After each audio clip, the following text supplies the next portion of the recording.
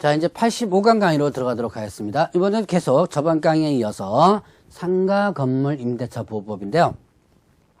자, 이 상가 건물 임대차 보호법에서 이제 주택임대차 보호법과 또 다른, 자, 계약갱신 요구 부분도 주택임대차 보호법에 없는 내용이지만 이 권리금 내용도 주택임대차 보호법에 없는 내용이고요. 이거는, 제 작년에 생겼던 부분입니다. 2015년 때 새롭게 들어온 내용으로서 사실 배우다 보면 뭔가 좀 이상해요. 엉터리로만 개정돼가지고 문제가 좀 많아요. 그러나 문제가 많더라도 법은 법이기 때문에 여러분들이 공부를 좀 해놓고요.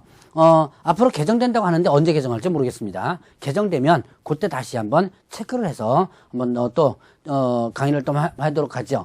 자, 이때 권리금과 관련된 부분인데요. 자, 권리금은 임대차 목적물인 상가 건물에서 영업을 하는 자 또는 영업을 하려는 자, 영업하는 자나 하는 자가 영업시설의 비품, 거래처, 신용영업사 노하우, 상가 건물의 위치에 따른 영업상의 자, 유형, 무형의 재산적 가치의 양도 또는 이용대가, 재산적 가치의 양도나 그 이용대가로서 임대인이나 임차인에게 보증금과 차임 외에 지급하는 금전의 대가다. 금전의 대가를 뭐라 한다? 권리금이다. 권리금은 판례상 나타난 부분에 있어서 법조문에 이렇게 규정되었습니다. 그러니까 이거는 뭐 달달달 외울 필요 없이 그렇구나라고 해서 그냥 넘어가면 돼요. 자, 그러면 권리금 계약이 있습니다. 자, 이 권리금 계약을 잘 보셔야 돼요. 계약의 주체자가 누군지를. 신규 임차인이 되려는 자가 임차인에게 권리금을 지급하기로 하는 계약이다. 자, 신규 임차인이 되려는 자가 임대인에게, 이렇게 되면 틀리죠. 자, 그때 임대인이 임차인에게 이렇게 하면 틀리죠. 자, 조심하시기 바랍니다. 누가 누구에게? 신규 임차인이 되는 자가 누구에게? 임차인에게 이렇게 된 거죠. 그 권리금을 지급하는 계약을 권리금 계약이라고 한다. 자, 그러면 이때 권리금의 회수 기회를 보호하는데요. 자, 임대인은 임대차 기간이 끝나기 3개월 전부터 임대차 종료 시까지, 자, 3개월 전부터 임대차 종료 시까지 권리금 계약에 따라 임차인이 주선한 신규 임차인이 되는 자로부터 권리금을 지급받을 것을 방해서는 안 된다. 임차인이 주선한 신규 임차인이 되는 자로부터 권리금을 지급받을 것을 방해서는 안 된다. 방해 금지가 끝나기 3개월 전부터 종료 시까지예요.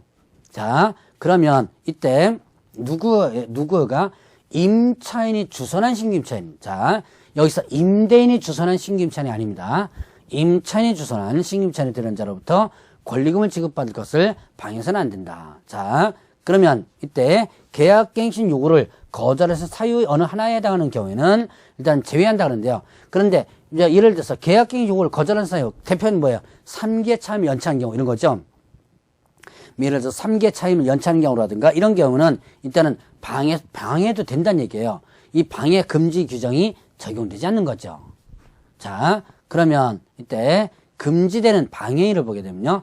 임차인이 주선한 신규 임차인이 되려는 자. 누가 주선한 거예요? 임차인이 주선한 신규 임차인이 되려는 자에게 권리금을 요구하거나 누가? 임대인이 권리금을 요구하거나 임차인이 주선한 신규 임차인이 되는 자로부터 권리금을 수수하는 행위. 누가 하는 거예요? 그러니까 권리금을 요구하거나 수수하는 것은 누가? 임대인이 이렇게 하면 안 된다는 거죠. 임차인이 주선한 신규 임차인이 되려는 자로부터.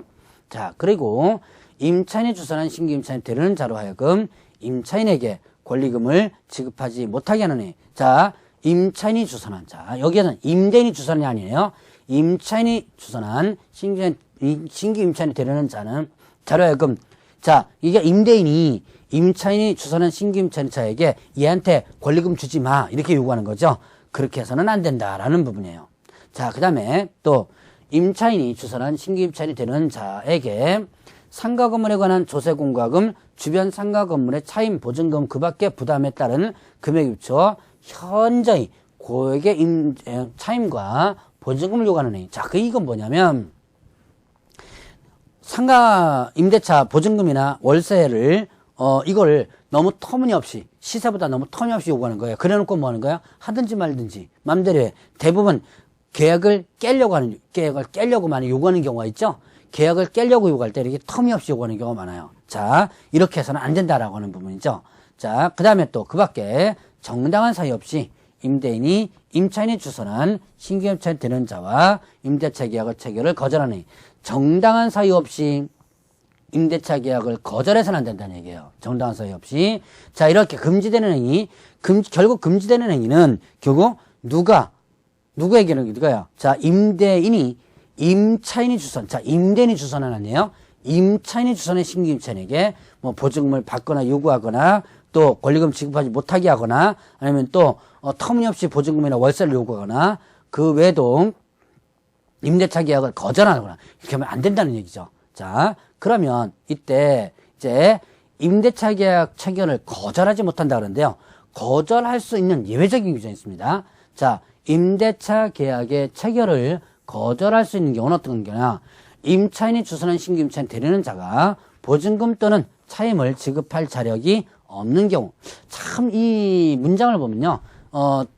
엉터리로 개정됐다는 이 엉터리로 만들었다는 것이 상당히 많이 보이는데 여러분들도 이해가 잘 안 되는 경우가 있을 거예요. 이거는 국회에서 법을 만들 때 적어도 이 법을 만드는 사람이 상가임대차를 한 번이라도 좀 임차인이거나 임대인으로서 한 번이라도 좀 해본 사람이 하나도 없는 것 같아요. 그래서 자, 이런 보면 좀 이게 이해가 안 되는 경우가 좀 많습니다. 임차인이 주선한 신규 임차인 되려는 자가 보증금 또는 차임을 지급할 자력이 없는 경우 실제로 어떻게 알아요, 이걸? 들어오는 사람이 자력이 있는지 없는지 실제로 모르거든요. 자, 그러면 또한 임차인이 주선한 신규 임차인이 되려는 자가 임차인으로서 의무를 위반할 우려가 있거나 그 밖에 임대차를 유지하기 어려운 상당한 사유가 있는 경우 의무를 위반할 우려가 있다가 한다면 그 도대체 의무를 위반할 우려가 어떻게 우려가 있는지는 모르죠. 자, 아주 자의적인 해석이 나올 수 있는 그런 부분입니다. 어쨌든 결절 사유가 이런 부분이 있으니까 여러분들 이제 알아두고 넘어가셔야 돼요. 자, 그 외에도 임대차 목적물인 상가 건물을 자, 1년 6개월 이상 자, 숫자 기억해 놓으셔야 돼요. 1년 6개월 이상 영리 목적으로 사용하지 아니한 경우.